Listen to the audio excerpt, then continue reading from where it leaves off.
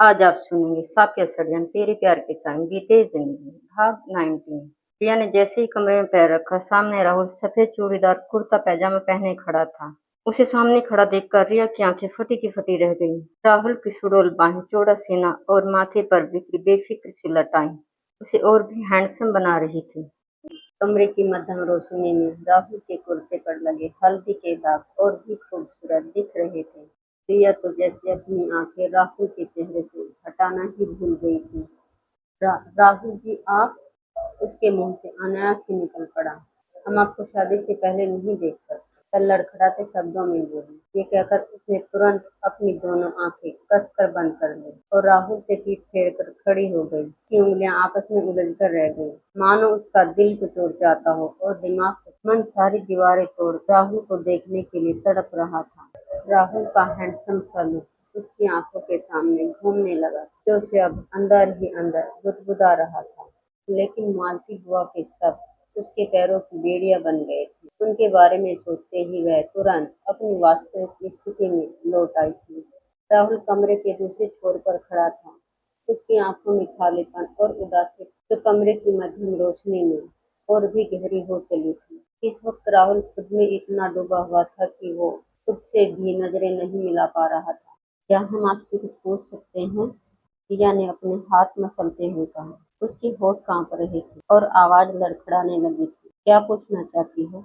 जिस आवाज में हमेशा रोब और कड़कपन हुआ करता था, आज उसमें एक अजीब सी घबराहट महसूस हो रही थी। उसकी कांपती हुई आवाज सुनकर रिया बेचैन होने लगी थी। हम आपकी उदासी का कारण जानना चाहते हैं। लेकिन राहुल कुछ नहीं बोलता, वह चुप रहता है। उसे चुप देख रिया की बेचैनी बढ़ने लगी। वह बिना देखे भी उसके दर्द और उदासी को महसूस कर सकती थी। हालांकि दोनों एक दूसरे को देखने के लिए तड़प रही, लेकिन फिर भी उन दोनों के बीच एक गहरा सन्नाटा था। वे दोनों एक दूसरे के दर्द से बिल्कुल भी अनजान नहीं थे। कुछ देर तक दोनों चुपचाप खड़े रहे, जैसे वे कमरे में ही न हों। कुछ देर बाद राहुल आगे बढ़ा और रिया के पास जाकर जब प्यार से उसका हाथ थाम लिया। आप क्या कर रहे हैं? हमने जो पूछा उसका जवाब दीजिए, रिया ने बिना अपनी आंखें खोले कहा। लेकिन राहुल अभी भी खामोश रहा। उसने कोई जवाब नहीं दिया, पर उसकी छुन में जो एहसास था, उससे रिया का दिल पसलियां तोड़कर बाहर निकलने को बेताब हो रहा था। वह राहुल से अपना हाथ छुड़ाना चाहती थी, लेकिन छुड़ा नहीं पा रही थी, मानो उसका खुद पर से नियंत्रण ही खो गया हो। राहुल ने अपनी जेब से ब्रेसलेट निकाला और बड़े प्यार से रिया की गोरी कलाई में पहना दिया। रिया को जैसे ही अपने हाथ पर राहुल की पकड़ महसूस हुई, वह तुरंत बोली थी, आप क्या कर रहे हैं? वह राहुल के हाथों से अपने हाथ को पीछे खींचती हुई बोली, लेकिन राहुल की पकड़ उसके हाथ पर बिल्कुल भी ढीली नहीं हुई। तभी उसकी नजर रिया के हाथ पर पड़ी। उसके हाथ पर राहुल की उंगलियों के निशान अभी भी बने हुए थे। अब वे हल्के हल्के से नीले पड़ चुके थे, जिन्हें देखकर राहुल की भौं सी उड़ गई। उसने धीरे से अपने होठ रिया की ठंडी कलाई पर रख। उसके ऐसा करते ही रिया के भीतर समुद्र की लहरों की तरह हजारों तरंगे एक साथ दौड़ने लगी थी। हमने आपसे कुछ पूछा है, आप जवाब क्यों नहीं दे रहे? राहुल खामोश था और उसने अपने होठों को रिया की कलाई पर टिका रखा था, जिससे रिया के भीतर एक अजीबोगरीब सी हलचल होने लगी थी। इससे पहले कि राहुल कुछ और करता और रिया का खुद पर से नियंत्रण खो जाता, उसने अपनी आंखें खोल दी। राहुल के होठ अभी भी रिया के हाथ पर टिके हुए थे। अगर आप कुछ नहीं बताना चाहते तो ठीक है, इससे पहले कि बुआ जी हमें ढूंढते हुए यहाँ आ जाए, हमें यहाँ से चले जाना चाहिए।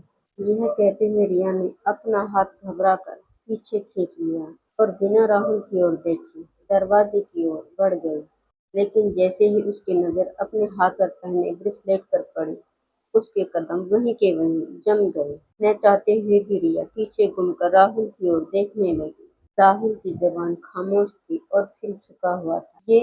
ये तो रिया बस इतना ही कह पाई थी कि अधूरे शब्दों ने बिना कुछ कहे सब कुछ कह दिया था, क्योंकि यह वही ब्रेसलेट था जो अंगूठी पसंद करते समय रिया के मन में बस गया था। लेकिन वह इतना महंगा था कि वह उसे लेने का सोच भी नहीं सकती थी, इसलिए बस वह उसे देखकर ही रह गई। रिया की आवाज सुनकर राहुल ने अपनी आंखें हल्की सी ऊपर उठाई। उनमें एक गहरी उदासी थी, जैसे दर्द का एक समुद्र खुद में समेटे हो। उसे देखकर रिया का दिल तड़प उठा। वह मालती बुआ के सारे रीति रिवाज एक पल में ही भूल गई। उसने आगे बढ़कर राहुल का हाथ पकड़ लिया। क्या हुआ है, आप कब से पूछ रहे हैं, कुछ बता क्यों नहीं रहे हो? रिया को पास देख राहुल के भीतर का दर्द बाहर निकलने को मचलने लगा था। उसकी नसें ऐसे अकड़ गई थी जैसे उनमें खून नहीं, दर्द बह रहा हो। फाइल की वो खुशबू उसके दिल में नुकीले खंजर की तरह चुभ रही थी। उसका और छोर भी अभी तक दिखाई नहीं दे रहा था। उसने अपनी आंखें बंद कर ली, जैसे अपने भीतर उठ रहे दर्द को भीतर ही दबा देना चाहता हूँ। ऐसे में रिया का स्पर्श उसके लिए किसी ढाल से कम नहीं था। वह बोलना चाहता था, लेकिन उसके शब्द गले से बाहर नहीं निकल रहे थे। अगर कोई ऐसी बात है जिसे बताने में आपको इतना दर्द हो रहा है, तो हम नहीं पूछेंगे। वह राहुल के उदास चेहरे को अपनी दोनों हथेलियों में थामते हुए बोली। राहुल ने एक बार आंखें खोलकर रिया की ओर देखा, फिर धीरे से अपना सिर उसके सिर से सटा लिया और आंखें बंद कर ली, जैसे उसके दिल में एक गहरा तूफान हो। उसे टूटता देखकर रिया भी टूटने लगी थी। हमें लगता है हमने आपका दर्द कम करने की बजाय और बढ़ा दिया है। हमें अभी के अभी यहाँ से चले जाना चाहिए।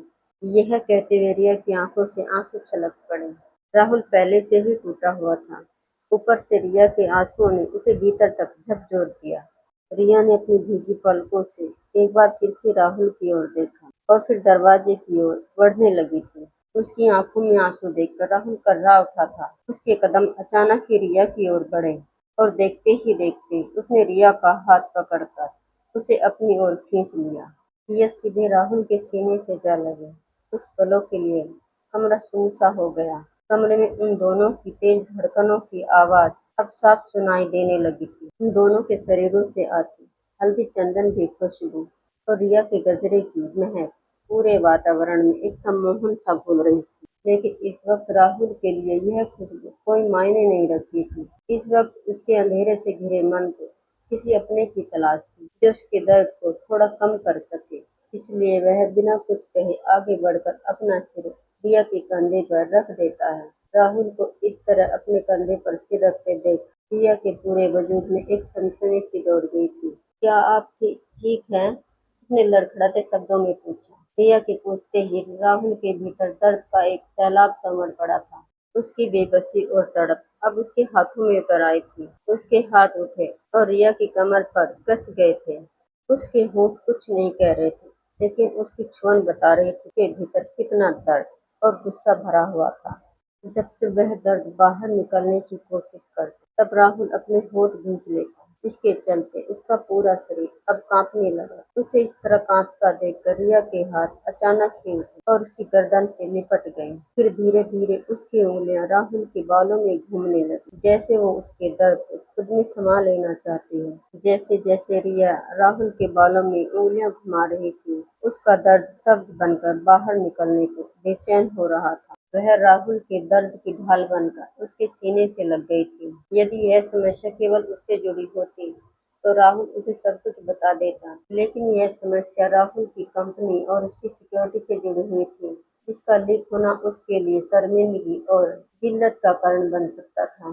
जैसे ही उसे लगा कि उसका दर्द शब्द बनकर बाहर निकलने वाले हैं, उसने अपने हाथों को रिया की कमर के चारों ओर लपेट लिया और उसे कसकर अपने सीने से लगा लिया। जब जब उसके होंठ खुलना चाहते, तब तब वह रिया को अपने सीने के और करीब खींच लेता। वहीं रिया राहुल के दर्द का मरहम बनने की कोशिश कर रही थी। वह उसके बालों में अपनी उंगलियों को और भी प्यार से घुमाने लगी थी, जैसे वह बताना चाहती हो कि वह इस दर्द में अकेला नहीं है, वह भी उसके साथ। माही अभी भी चेंजिंग रूम के बाहर खड़ी पहरा दे रही थी। धीरे धीरे राहुल के भीतर का तूफान थमने लगा था। काफी देर बाद उसने रिया को खुद से अलग किया। रिया अपनी पलकें झुकाई खड़ी, जैसे राहुल का सारा दर्द अपनी आंखों में छिपाए हो। राहुल ने अपनी उंगलियों के सहारे से उसकी ठुड्डी को बड़ी कोमलता से ऊपर उठाया। आप इतने दर्द में थी, वह इतना ही कह पाई थी कि आंसू उसके गालों पर लुढ़कने लगे थे। उसके आंसू देखकर राहुल भावुक हो गया। वह बिना सोचे समझे उसके चेहरे को अपनी दोनों हथेलियों में भरकर एक एक कर उसके आंसुओं को पोंछने लगा था। इससे रिया की सिसकियां और भी तेज हो गई थी।